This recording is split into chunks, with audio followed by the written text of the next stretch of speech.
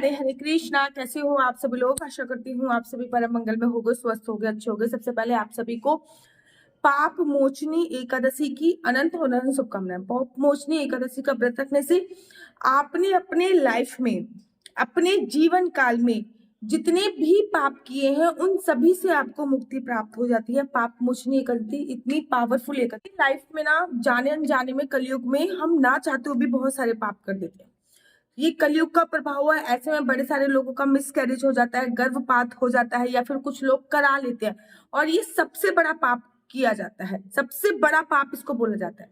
इस पाप से भी छुटकारा दिलाने वाली जो एकादशी होती है, इसको पाप मोचनी एकादशी बोलते हैं।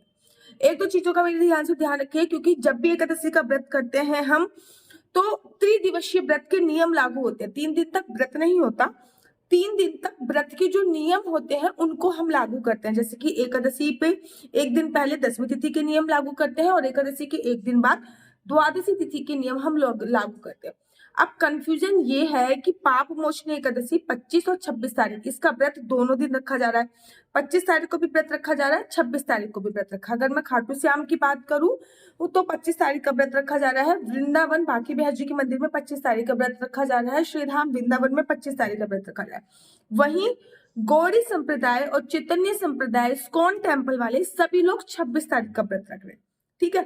अब ऐसे में कंफ्यूजन ये क्रिएट होती है कि 25 और 26 दोनों दिन एकादशी का व्रत रखा जा रहा है, तो हम दसवीं तिथि के जो नियम है, पहले तो मैं यही बता देती हूँ कि दसवीं तिथि के नियम क्या क्या है। दसवीं तिथि पे लहसुन, प्याज, मांस, मदिरा का सेवन नहीं करना। दसवीं तिथि पे किसी भी प्रकार की कोई काम वासना क्रिया को अंजाम नहीं देना, मतलब संभोग क्रिया नहीं करनी। दसवीं तिथि पे पृथ्वी शयन होता है। दसवीं तिथि पर आपको अपने बिस्तर पे ना सोकर जमीन पे सोना होता है।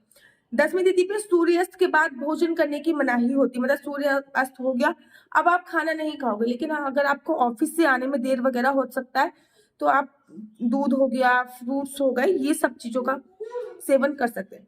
दसवीं तिथि पे किसी भी प्रकार से मसूर की दाल, लहसुन, प्याज, ठीक है ना, बैगन, मूली, गाजर, इनका सेवन नहीं करना आपको दसवीं तिथि पर।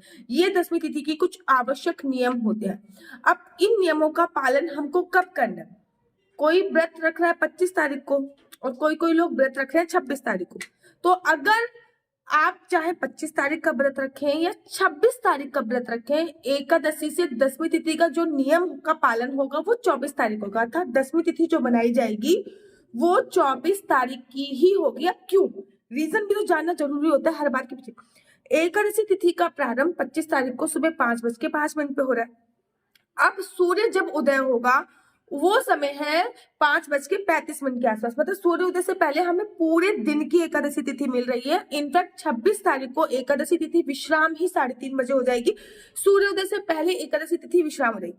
कोई भी संदेह नहीं है कि एकादशी का व्रत 25 तारीख का ही है, इसमें कहीं से कहीं तक कोई संदेह नहीं है। अब जो लोग क्या 26 तारीख का व्रत रख रहे हैं वो लोग क्या गलती कर रहे हैं?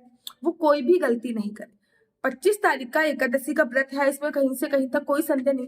लेकिन जो लोग 26 तारीख का व्रत रख रहे हैं वो इस बात का ध्यान रखिए कि 26 तारीख का व्रत वही लोग रखते हैं जो महाद्वादशी का व्रत रख रहे हैं। ऐसा बोला जाता है जब सूर्य उदय से पहले हमें द्वादशी तिथि मिलती है और सूर्य उदय के बाद तक द्वादशी होती है, क्योंकि द्वादशी तिथि 26 तारीख को पूरे दिन, मतलब सूर्योदय से पहले प्रारंभ हो रही है और उसके बाद हमको रात को 1:30 बजे के आसपास विश्राम हो रही है, सूर्योदय के बाद तक मिलती है, तो वो महाद्वादशी की श्रेणी में रखा जाता है। और ऐसा शास्त्रों में बताया है कि एकादशी का व्रत रखने से आपको एक दिन के व्रत का फल प्राप्त होता है, लेकिन वहीं आप द्वादशी का व्रत, महाद्वादशी का व्रत करते हो तो आपको 100 एकादशी के व्रत रखने का फल प्राप्त होता है।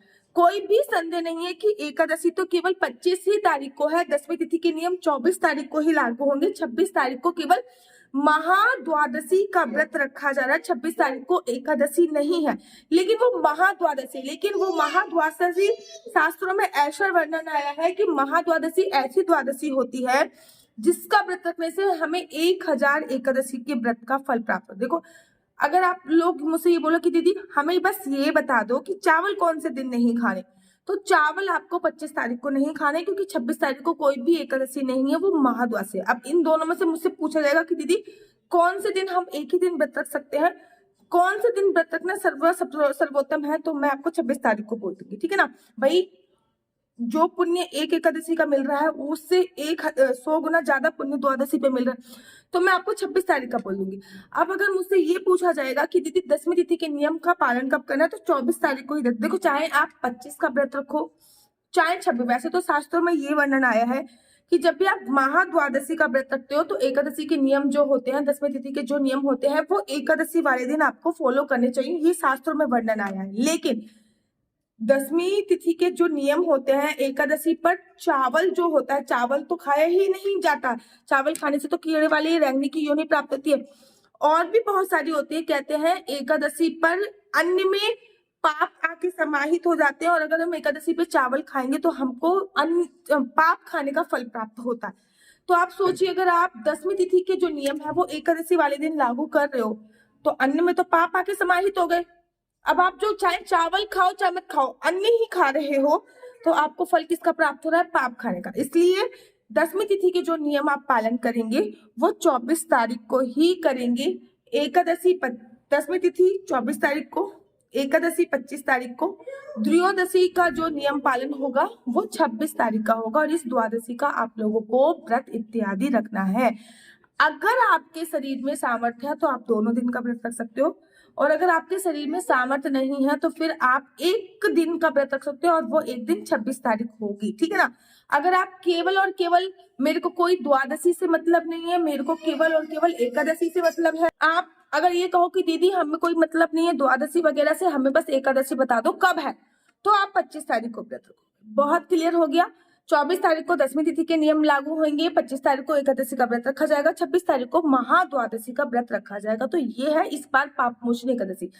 पाप मोचनी का एकादशी का व्रत रखने से, जैसे कि मैं इस समय पे बोल रही हूँ ना, तो मेरे मुंह में सूक्ष्म जीवाणु जा रहे हैं, उनकी भी हत्या हो रही है, और इसका भी पाप मुझे लग रहा है, ठीक है ना। छोटे से छोटा बड़ा पाप और बड़े से बड़े पाप का निवारण हो जाता है अगर आप पाप मोचनी एकादशी का व्रत रखते हो। तो ये बहुत इंपॉर्टेंट व्रत है। जाने अनजाने में आपने कोई ना कोई पाप करे होंगे, वो आपका दिल जानता है, ये भगवान जानता है कि आपने क्या क्या पाप करे हैं।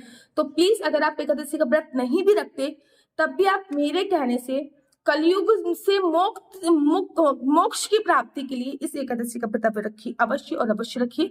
25 तारीख को इस एकादशी का व्रत है, और 26 तारीख को महाद्वादशी का व्रत है। मेरा नंबर आपको नीचे स्क्रीन पर दिख रहा होगा, मेरा नंबर है 4/9-20-25-65। I repeat again, 4/9-20-25-65। आपका बच्चा जॉब करेगा या बिजनेस करेगा, बिजनेस करेगा तो किस फील्ड में बिजनेस करेगा, जॉब करेगा तो किस सेक्टर में जॉब करेगा, आपके बच्चे का लकी नंबर क्या है, लकी कलर क्या है, आपके बच्चे की कुंडली में राजयोग है या नहीं है, सरकारी नौकरी का योग है या नहीं है। आप हर जगह से कुंडली दिखा दिखा के हताश हो चुके हो, तो एक बार अपनी डेट ऑफ बर्थ अर्थात जन्म की तिथि मुझे भेजिए। उसके माध्यम से आप जान सकते हैं कि आपका नाम आपकी कुंडली के अकॉर्डिंग है या नहीं है। बहुत बार ऐसा होता है कि नाम ही कुंडली के अकॉर्डिंग नहीं होता, वो सुखद फल नहीं देता। संतान प्राप्ति का योग कब है, योग संतान प्राप्ति के लिए हम मुहूर्त निकलवा सकते हैं। किसी भी घर खरीद रहे हो तो उसके लिए मुहूर्त निकलवा सकते हैं। विदेश जाने का योग्य आपकी कुंडली में है या नहीं है, घर का योग्य आपकी कुंडली में है या नहीं, ये सभी जानकारी मैं आपको कुंडली के माध्यम से प्राप्त कराती हूँ। लेकिन एक बात याद रखिए, कुंडली देखना बिल्कुल भी फ्री नहीं है। कुंडली देखने के थोड़े से चार्जेस हैं, और इस नंबर पर मैं किसी भी प्रकार से कोई भी क्वेश्चन आंसर का रिप्लाई नहीं देती। ये नंबर केवल और केवल कुंडली दिखाने के लिए मैंने रखा हुआ है। आप लोग इस नंबर पर मुझसे कोई भी क्वेश्चन आंसर मत पूछिए। जब मैं गुस्से में आपका फोन काटती हूँ, गुस्से में क्या मतलब ऐसे फोन काटती हूँ तो मुझे खुद भी अच्छा नहीं लगता। और आशा करती हूँ आपको मेरी वीडियो अच्छी लगती होगी। अगर आपको मेरी वीडियो अच्छी लगती है तो आप अपना यूट्यूब चैनल हरि बोल को लाइक शेयर सब्सक्राइब करना बिल्कुल भी मत भूलिए। तब तक के लिए मुझे दीजिए इजाजत। राधे राधे, हरे कृष्णा। आप सभी को पाप मोचनी एकादशी की अनंत और अनंत शुभकामनाएं। राधे राधे, हरे कृष्णा, हरि बोल। हरे कृष्णा। तो मेरे पास है ये कुछ ओरिजिनल रुद्राक्ष। अगर आप रुद्राक्ष के पेड़ से जब रुद्राक्ष तोड़ते हो ना, तो कुछ आपको ऐसा रुद्राक्ष प्राप्त होता है। अब आप कहोगे दीदी कैसा रुद्राक्ष है, तो ओरिजिनल रुद्राक्ष यही है। जब आप इसको गर्म पानी में डालोगे तो ये इसका जो छिलका है वो आराम से उतर जाता है, और छिलका उतरने के बाद आपको ऐसा रुद्राक्ष प्राप्त होता है। वो आपकी किस्मत है कि आपको एक मुखी रुद्राक्ष मिल रहा है, 2 मुखी मिल रहा है, 3 मुखी मिल रहा है, 4 मुखी मिल रहा है, वो आपकी किस्मत के ऊपर है। मेरे पास इसका लिमिटेड स्टॉक अवेलेबल है। आप इस नंबर पे मुझसे ऑर्डर कर सकते हैं। आपको पता है इस एक रुद्राक्ष की कीमत है 501 रुपए, चार्ज रखा गया है। और अगर आप 3 रुद्राक्ष ऑर्डर करते हो तो आपको फ्री डिलीवरी मिलेगी। डिलीवरी का कोई भी चार्ज नहीं लिया जाएगा, लेकिन अगर आप एक रुद्राक्ष ऑर्डर करोगे तो आपको डिलीवरी चार्ज देना पड़ेगा। जल्दी से जल्दी अपना इस नंबर पे ऑर्डर प्लेस कर लीजिए, क्योंकि मेरे पास बहुत ही लिमिटेड स्टॉक है। और इस रुद्राक्ष को अपने घर मंगा लीजिए। आपके पास ऐसा रुद्राक्ष आएगा, उसके बाद आप इसको गर्म पानी में उबाल कर यूज कर सकते हैं। राधे राधे।